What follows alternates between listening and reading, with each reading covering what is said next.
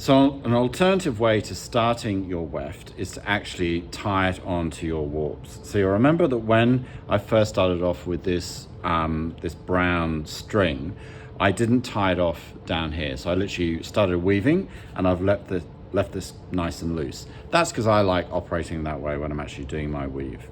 Another way that you can do it is actually to tie your weft on. So what I've done here is I've selected a different kind of weft. So this is wool and it's of a different color. It's always good with your wefting to always keep in that, left to right, right to left, left to right, right to left. So that if you do begin to use a pattern, that you're able to know where that pattern is. So with my original warp of the brown string, I actually ended on the right-hand side. So this is where that bit of weft finishes. So I now want to start going that way in order to make sure that the pattern of the wefting remains. And this time I'm going to do it by tying my weft on. And it's literally a case of getting your weft and rather than leaving it loose, you can actually tie that onto your warp. Now there is no sort of preferred, one of those ways is not better than the other. I like leaving mine loose just because aesthetically that's how I like my weft to appear. So I've now tied that on with a couple of knots, and I'm going to use my fingers once again to create my weave.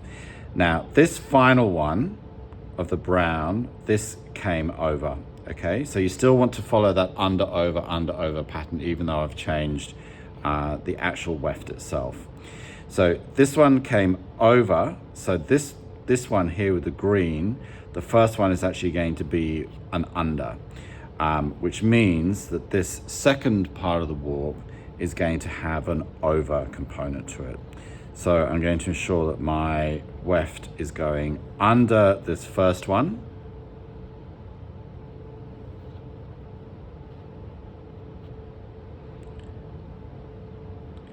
And over the second one. And what I'm just going to do here is move that excess bit out.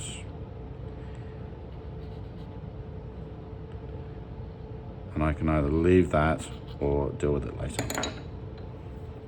Okay, so this one is going to go over,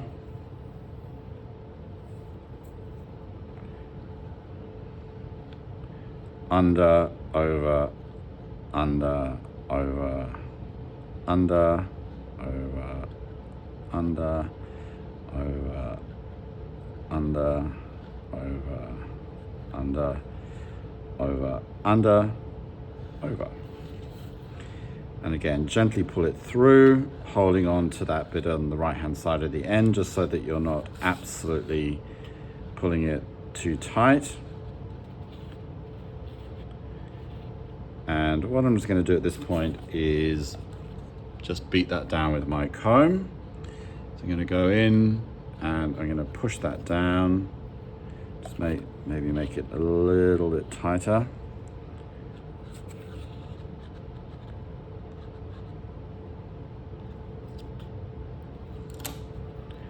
And then I'm going to quickly add in another line of warp, just so you can see how it is beginning to build. Sorry, another line of weft, so you can see how it's beginning to build.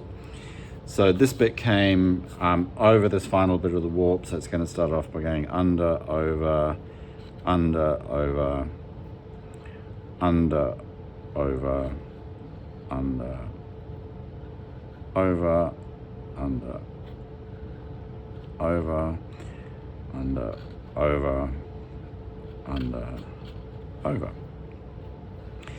Now this time when I beat this down, I'm actually going to go through a slightly different process, and you'll see that I'm pulling it through and I'm holding it on the left-hand side, but rather than pulling it right down so that it is parallel to the existing wefts, I'm actually going to keep it a bit of an angle like that, almost, and create that triangle shape. I'm still going to leave a bit of wriggle room at the end there.